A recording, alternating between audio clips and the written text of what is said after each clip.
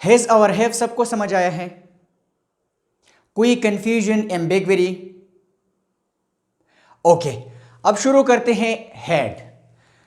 देखिए हैड जो है ये भी हैज और हैव की तरह पोसेशन के लिए इस्तेमाल होता है, मलकियत के लिए इस्तेमाल होता है। लेकिन हैड जो है ये पास्ट के मलकियत को जाहिर करता है, पास्ट के पोसेशन को जाहिर करता है।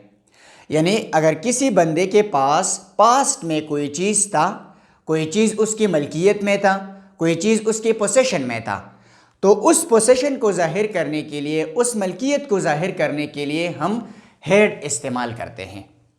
फॉर एग्जाम्पल, अगर मैं कहूँ कि मेरे पास मोबाइल फ़ोन था, पास्ट में यानी माजी में मेरे पास मोबाइल फ़ोन था, मोबाइल फ़ोन मेरा मलकियत था, मोबाइल फ़ोन मेरे पोसेशन में था, तो मैं क्या इस्तेमाल करूँगा इसके लिए? हैड इस्तेमाल करूँगा। इसी तरह आपके पास गाड़ी था, तो आपके पास गाड़ी था पास्ट में, अब आपके पास गाड़ी नहीं है, तो पास्ट के मलकियत को जाहिर करने के लिए, पास्ट के पोसेशन को जाहिर करने के लिए हम क्या इस्तेमाल करेंगे? हैड इस्तेमाल करेंगे। ठीक इसी तरह हमारे पास पैसे थे, पास्ट में हमारे पास पैसे थे, हमारी मलकियत में पैसे थे, हमारे पोसेशन में पैसे थे, लेकिन अब हमारे पास पैसे नहीं है, तो पास्ट के मलकियत को जाहिर करने के लिए हम हैड इस्तेमाल करेंगे। अब क्लियर हो गया? Very good. अब यहां पर हैड को डिटेल के साथ अंडरस्टैंड करते हैं। उर्दू में हैड से मुराद है के पास था, के पास थी, के पास थे। यानी उर्दू के सेंटेंस में जब ये अल्फाज आ जाए तो फिर आपने उसका ट्रांसलेशन हैड में करना है। क्लियर?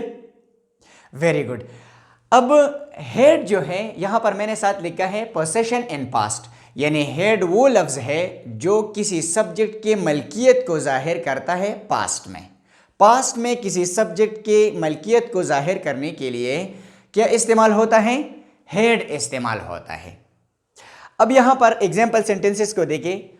उसके पास किताब था, यहां पर अगर आप सेंटेंस को देखें तो उसमें आया है के पास था, तो इसका ट्रांसलेशन जब हम करेंगे तो उसके लिए हम हैड इस्तेमाल करेंगे। तो ही हैड अ बुक। इसी तरह मेरे पास किताब था, आई हैड अ बुक। आपके पास गाड़ी थी, यू हैड अ कार। यहां पर इन सेंटेंसेस को देखें, सारे सेंटेंसेस में आए हैं के पास था, के पास थी, के पास थे, तो इसके लिए हमने इस्तेमाल किया है हैड। के पोसेशन को जाहिर करने के लिए हम क्या इस्तेमाल करते हैं?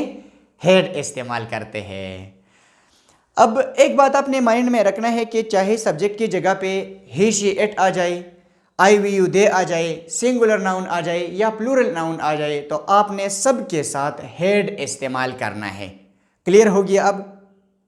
Very good. अब हम आते हैं नेगेटिव सेंटेंसेस पे। नेगेटिव सेंटेंसेस हम दो तरीकों से बना सकते हैं। पहला तरीका यह है कि डिड नॉट हैव, और दूसरा तरीका हैड नो।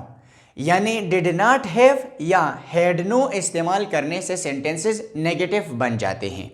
फॉर एग्जाम्पल, अगर मैं कहूं कि मेरे पास किताब नहीं था या उसके पास किताब नहीं था, तो उसके पास किताब नहीं था, he did not have a book. मेरे पास किताब नहीं था, I did not have a book. तुम्हारे पास गाड़ी नहीं था या तुम्हारे पास गाड़ी नहीं थी, you did not have a car. यहां पर अगर आप देखें तो सेंटेंसेस में क्या इस्तेमाल हुआ है? Did not have, did not have, did not have. ठीक, लेकिन हम एक दूसरा तरीका भी इस्तेमाल कर सकते हैं, वो ये है कि हैड नो इस्तेमाल करने से भी सेंटेंसेस नेगेटिव बन जाते हैं। फॉर एग्जाम्पल, उसके पास किताब नहीं था, ही हैड नो बुक। मेरे पास किताब नहीं था, आई हैड नो बुक। तुम्हारे पास गाड़ी नहीं थी, यू हैड नो कार। ये जो है ये इनफॉर्मली इस्तेमाल होता है और ये फॉर्मली इस्तेमाल होता है। यानी अगर आपने फॉर्मल इंग्लिश लिखना है तो फिर आपने डिड नॉट हैव इस्तेमाल करना है, और अगर आपने इनफॉर्मल लिखना है या बोलने हैं तो फिर आप हैड नो इस्तेमाल कर सकते हैं, और बहुत से नेटिव स्पीकर्स भी हैड नो इस्तेमाल करते हैं। क्लियर है? Very good. अब हम आते हैं इंट्रोगेटिव सेंटेंसेस पे। इंट्रोगेटिव सेंटेंसेस भी आप दो तरीकों से लिख सकते हैं, बोल सकते हैं। पहला तरीका यह है कि आप पहले डिड लगाएं, फिर उसके बाद सब्जेक्ट और फिर उसके बाद हैव और फिर सेंटेंस के बाकी एलिमेंट्स और लास्ट में साइन ऑफ इंटरोगेशन। तो अगर मैं कहूं कि क्या उसके पास किताब था, तो did he have a book. इसी तरह क्या मेरे पास किताब था, did I have a book. क्या तुम्हारे पास गाड़ी थी, did you have a car. Clear है। और दूसरा तरीका यह है कि सबसे पहले आप हैड लगाएं, फिर उसके बाद सब्जेक्ट और लास्ट में साइन ऑफ इंटरोगेशन। तो क्या उसके पास किताब था, हैड ही अ बुक। इसी तरह क्या मेरे पास किताब था, हैड आई अ बुक। क्या तुम्हारे पास गाड़ी थी, हैड यू अ कार। लेकिन दोबारा मैं ये कहना चाहता हूं कि ये हमारे पास फॉर्मल इंग्लिश लिखने का तरीका है और ये इनफॉर्मली इस्तेमाल होता है। अगर आपने फॉर्मल इंग्लिश लिखना है तो ये, और अगर आपने इनफॉर्मल लिखना है तो ये।